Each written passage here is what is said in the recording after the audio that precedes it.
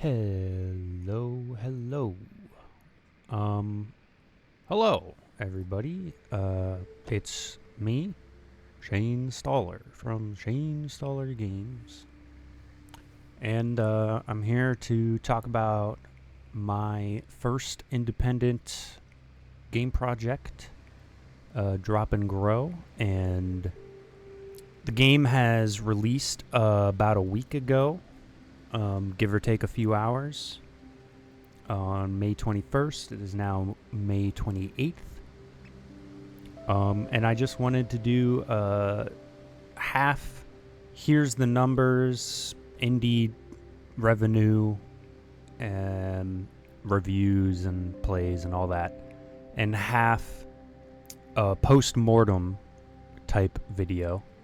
So first I want to start off with the raw numbers, because I think that's probably what a lot of people are going to click on the video for, and I'm not going to try and bury that information, so I'm going to have it up front here. Let's go. Let's dive into it. These are numbers that were taken about 2 hours ago, so not quite a full week, but a little less. So these numbers are probably pretty accurate for 1 week's release. So prior to hitting the release button, my wishlist count was about 4,500. I was hoping to hit, personally, coming out of Steam Next Fest, knowing how long I was giving myself to finish the game, I thought a reasonable goal would be to set at 5,000 wish lists. I unfortunately did not meet that. But, so that's what we launched with on the wish lists before launch. And so here is gross revenue and launch sales.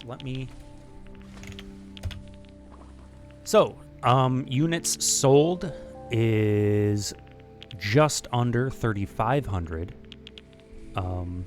I don't know what the conversion rate is on wishlist to unit sale. I don't know how many wishlist purchases the game, but 3,500 units sold in a week.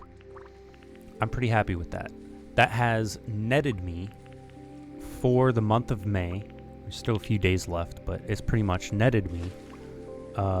Bing, this number here specifically, but I'm going to round it to 13,500, which is it's awesome feeling. I'll talk about what I personally set as a goal for success in a little bit here, but I mean, gross revenue, I never expected it to hit this high this fast. I thought I would hit this much, but maybe over the course of a month or two of sales, not a week of sales. So I'm feeling pretty good about it. Of course, from this number, that's gross revenue. So Steam is going to take their cut of 30%. Bing, which is about $4,000, specific number on the screen. And my takeaway into the developer's pocket is 70% of the total gross, which is ka-chow, about 9,500 roughly, which is pretty dang cool. So this game I built roughly, more or less, over the course of 6 months, working what is kind of officially known as part-time, I suppose, if you were to take like a standardized work hours. I have logged work hours on various things here, roughly estimating my work time, minimum hours versus maximum. I wasn't always super specific on how long I was working on things. So I've done this, and I've concatenized it down at the bottom. the average between the two. And I did work a little bit beyond this to fix bugs. I kind of stopped logging after the 6th of April. But this is a pretty good estimate of what's been going on here. So I took 21 days off over the course of 161 days of dev time. So that's about 182 days total. Estimated here about 570 hours of work. And I did about 4 hours of work a day, I would say. Some days less, some days more. It really depended on what I was working on, how intense the problem was. I would naturally set a problem to get done, spend some time working on it, and then reassess whether I had the motivation and or energy and or brain power left to work on whatever the next thing was that I had to solve. And that's how I approach this. But enough about that. That's sort of like my work thing. So if I worked 570 hours on this, about 4 hours of work a day, I've compared that to the calculations for what the local sort of expected wage for a job would be. So I had briefly worked at a grocery store nearby. I was being paid $18 an hour as my entry wage there. And so I think that local wage would be between $18 and $22. So I ballparked to $22. So what would I be making if I worked 570 hours at $22 an hour? My pay would be $12,500 at the end of that for that amount of time. It's very cool that within a week I did basically meet my local wage for entry level whatever service job working at a grocery store. It's comparable, which is really I find that very motivating. It's very positive. It's reaffirming that my time working on the game was worthwhile, and I didn't waste a bunch of time. I was efficient enough about how I was spending my time. And if I continue to work in games, either the scope of the project can go up and the revenue should scale with that, hopefully, would be the outcome there, or I can become more efficient with a similar scope, which means that the outcome of the revenue also grows in that instance because I'm spending less time on the project. So that's the money I've made, or the game has generated for me and the other developers. I will distribute the funds to. What is my bar of success and living and whatnot? So currently, I'm lucky enough to have, I think I mentioned this in the long hour video introduction to me. I'm living with my parents. I'm happy to have them be supportive of me and give me a place to live and feed me. Super grateful. So I don't have to pay any rent. I do have student loans, however.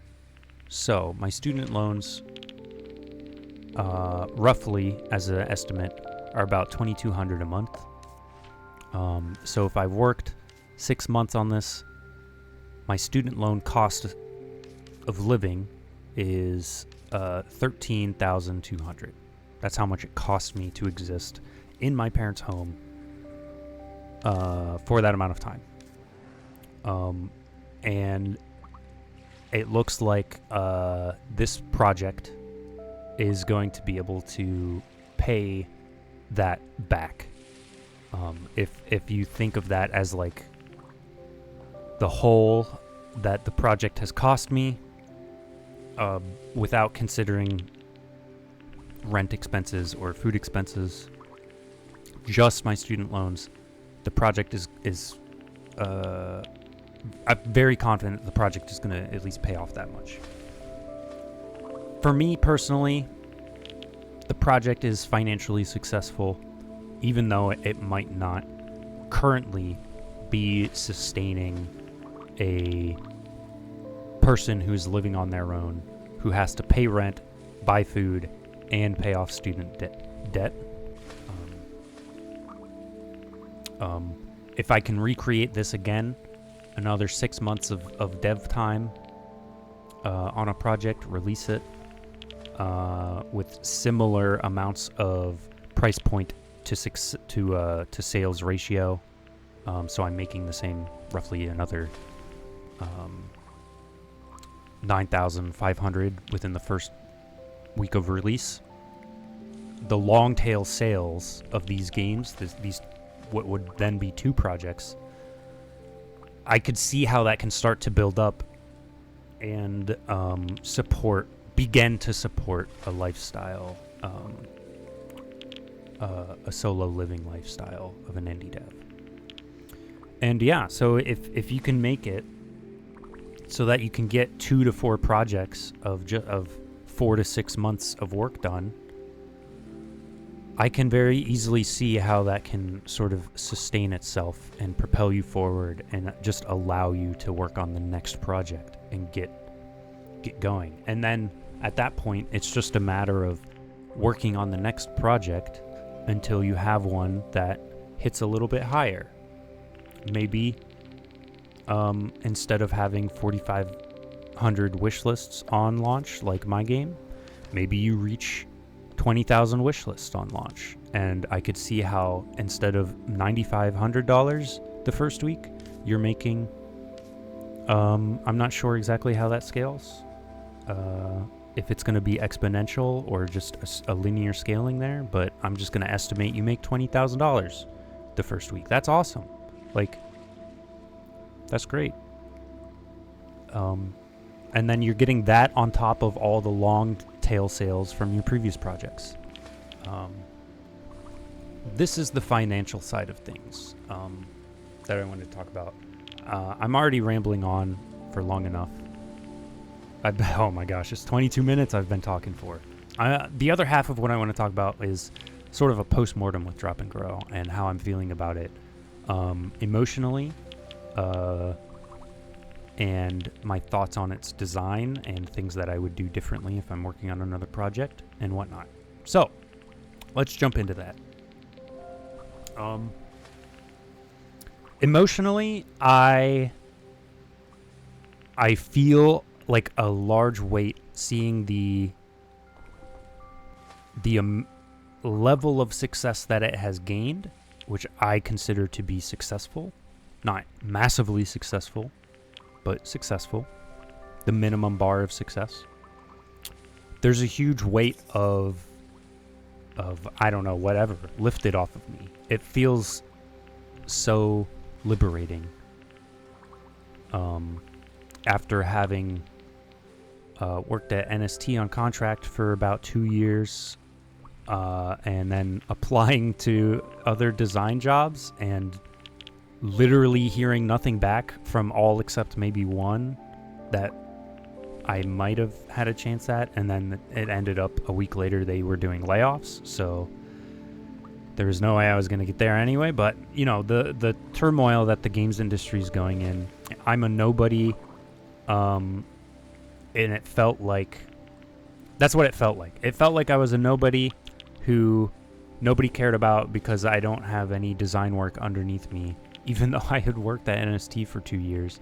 Like, nobody gave a crap about me, and the industry is just really, really in a squeeze, and it sucks to see, because I love games so much, and I thoroughly enjoy creating them and designing them and working on how creative problem solving to make a game the best possible version of it that it can be. It's very rewarding. So, a huge weight lifted off of me, but also a bit of still a bit of somberness.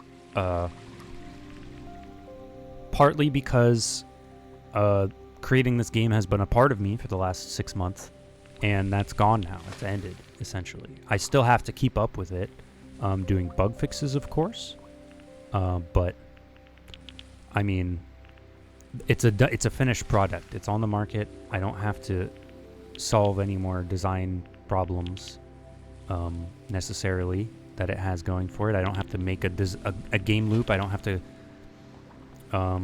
have to create content for it. I have the option to create content for it now, which is awesome. But I mean, it's over. The project is the book is shut with the capability of being opened again, but it is shut, and there's a somberness to that. And then the other half of the somberness is I still feel like nobody, if I wanted to try and send out applications for game design positions, whether that be indie or AAA, I feel like the way I go about creating my resume, maybe I suck at resumes, I don't know. Like, nobody cares. Like, I'm not going to hear anything back. That's what it feels like anyway. So I might as well just keep pumping away at doing my own indie thing and create competition for them. If they don't want to hire me, I'll be their competition. So be it. Maybe I'm a little bit bitter about that. You can probably tell, but I'm not going to stop making games. That's that, you know? So, what else? The game is sitting at currently 76 reviews at about 89% positive. And I'm guessing at the end of next month, I probably might hit 100 reviews. I don't know how fast that is. I think it's inflated a bit from people I know directly being kind and helping review the game positively just because they know me. So we're getting close to that 100 benchmark, 100 threshold. And it's been super nice to see some of the reviews. There's one in particular. In general, a lot of people find the game very relaxing, very healing in ways, which is exactly sort of the emotional payoff I was aiming to deliver. So I'm so happy that people are feeling that. I was going to say it was so fulfilling. There's one review in particular where a man, I'm assuming they're a man, but a person said they had got off work and wanted to relax for a few hours, and they sat down and they had the game and they played it for about 2 to 3 hours, and they had a lovely time unwinding from a stressful work day, which is like awesome. That's like the experience that I envisioned when I set out to make the game. There are some negative reviews, not very many. Most of them I think are very fair. There's no autosave, which has tripped a few people up. Fair enough. I don't think the game is large enough that it needs an autosave feature, but it is a very convenient feature that people have grown used to, and in its absence, it can be upsetting not to have it there, which I totally understand. So that's on me for making the wrong judgment call there. Another thing is poor machine translation, which it is exactly what I did, so fair enough. I have no rebuttal to that, other than I potentially would never have it would not be in your language. I would only have it in English at that point, if I didn't machine translate it. So, because I don't know if that's the correct call or not. But it's not the call that I made. I made the call to do machine translation. So I did, to hopefully reach more people and have them have a relaxing time in their own native language, albeit a little janky with the translation. So that's how that went. There was, beyond that, only one review that was kind of like mind-boggling to me, which was they played the game for a few hours and they said they didn't feel the need to play anymore, and so they just gave it a negative review. They were like, nothing has drawn me back to playing this game, so negative review sort of thing. At which point, I'm sitting there scratching my head, kind of like at a loss there's nothing that I could have foreseen. There's no logical argument there other than just they didn't enjoy the game, I guess. So that's the only one that sort of bothers me, because I think I did a good enough job signaling what the game's about, the vibes the games are going to give, and the experience you're going to receive before you purchase the game, looking at the store page. And that guy, I guess, his expectations for what I was trying to set up his expectations to be, they weren't aligned. A 1-to-1. So, negative review, I guess. Anything else I want to talk about regarding the game? I'm not sure.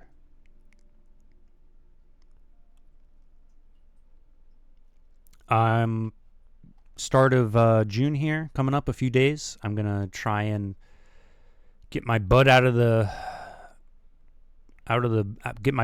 bed, stop snoozing, and get on to the next project. I've started outlining stuff, a little bit of what I want to try and work on. I've done a little bit of programming features and systems here and there. Not a lot, but a little bit. And so I'm going to try and see if I can cobble those things, my plan together, and see if I can get the wheels spinning on another project soon here, pretty quick, is my hope. Aside from that, I bid you all adieu. Have a wonderful day, and have a good time gaming out there.